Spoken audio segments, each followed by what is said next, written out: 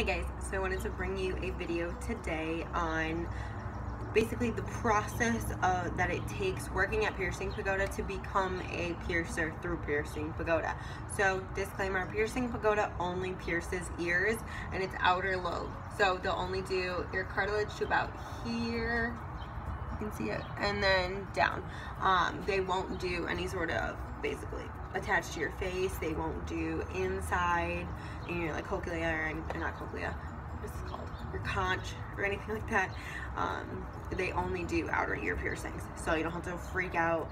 It is very sterile. Everything comes in sterile cartridges, and then it is just a piercing gun. There's no needles, there's no additional earrings. It's just the piercing earrings that you get pierced with.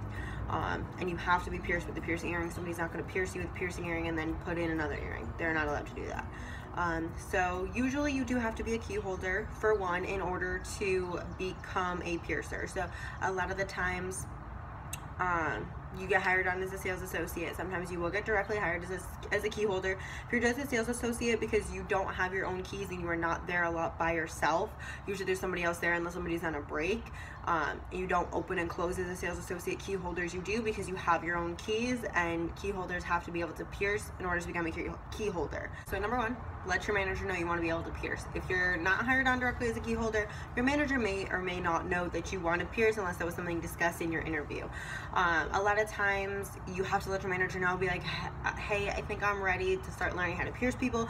I'm comfortable enough with selling the jewelry and the entire process that they go through with that I want to take the next step and learn how to pierce and be able to pierce people, because those count towards your numbers that you get evaluated on every day as well. Number two, they will probably set you up on the computer first with the POS. You have to go in, go through all these modules and everything online, and then you do have to take, I believe it's 1 or 2 tests at the end.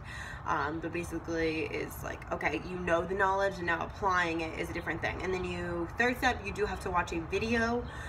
It's on like a little DVD player in the store. Sometimes they may or may not work. So if they're not working right now, your store manager has to contact her manager in order to get the video working. The next thing that your manager will do is set you up with a practice kit.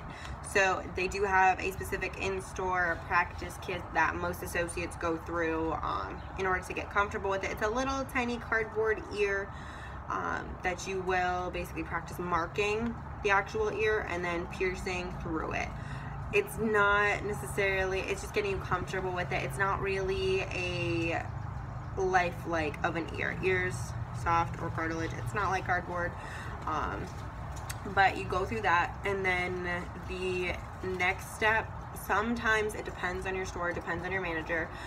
You will actually get to pierce on either your manager, assistant manager, or if another associate wants to let you do it and let you practice.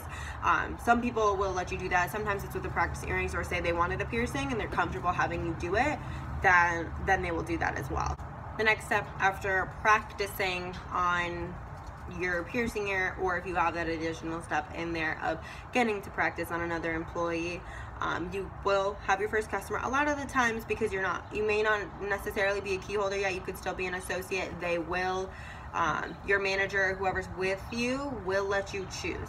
So say it's a baby that comes up as the next piercing and you're with a key holder that's more experienced with it and you don't want to do it, you don't have to. Usually they will, unless they're trying to push you and get you better and you are comfortable with doing it. If you're completely not comfortable, let them know that you don't want to pierce the baby as your first piercing and you would prefer someone a little bit more mature that may not necessarily cry or squirm as much and make the entire process scarring for everybody. From there, I do have a disclaimer. If you are not comfortable in a piercing situation, you have the ability to say no. You don't have to pierce every single person that comes up that is of age and wants to do a piercing. If you are not comfortable in a situation of doing a piercing, you don't have to do it.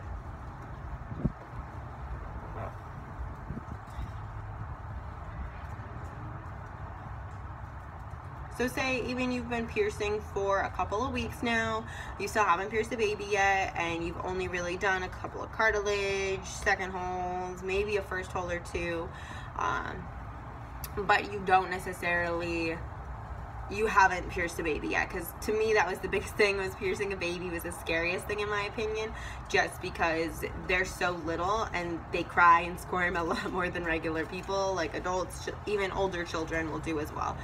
You can tell them no. So say you're in a situation where it's like a 6-month-old baby and the parents want to get the child's ears pierced, and you go through everything, they pick out the earrings, you already set everything up, you marked both ears, clean them and then marked both ears, and you are ready to pierce. The parents do have to hold the baby down in a certain way in order for you to pierce them, just so they don't get hurt, even if you miss because the baby hits you, something like that.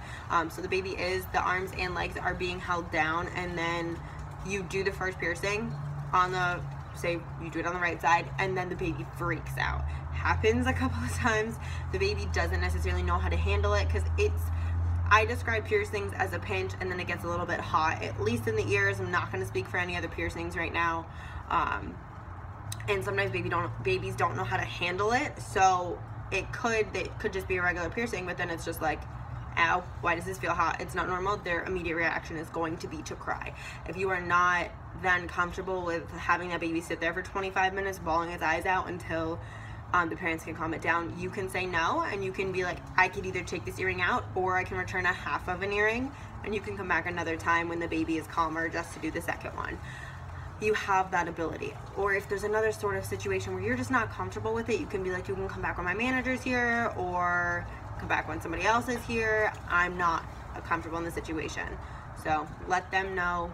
A lot of times people will be really understanding with it. Sometimes it could be a very stressful situation if it is a baby, just because people already took the time out of their day, they already paid for everything, they were expecting this to be done and over with, they wanted you to do your job. But it also looks bad having a baby in the kiosk crying for 25 minutes, because that's not going to be a good look for other potential people that you would want to pierce, or people just weren't wanting to come up and look at jewelry. If you're the only one there, especially, and you couldn't do a double piercing, there could be people looking at jewelry that you have to sell to them, and they could just walk away and go to Zales or another store or something like that, where instead of you getting the sale just because the baby's sitting there crying because it was just not comfortable in the situation.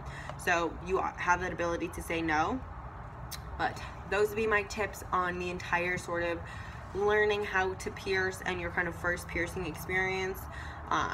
It can be a long process depending on hours and availability and when your manager's there, and if they feel like you're comfortable enough, or if they are comfortable with you piercing somebody already. Sometimes they may not. You do have to respect their decision. They have been there longer. They do know what they're doing.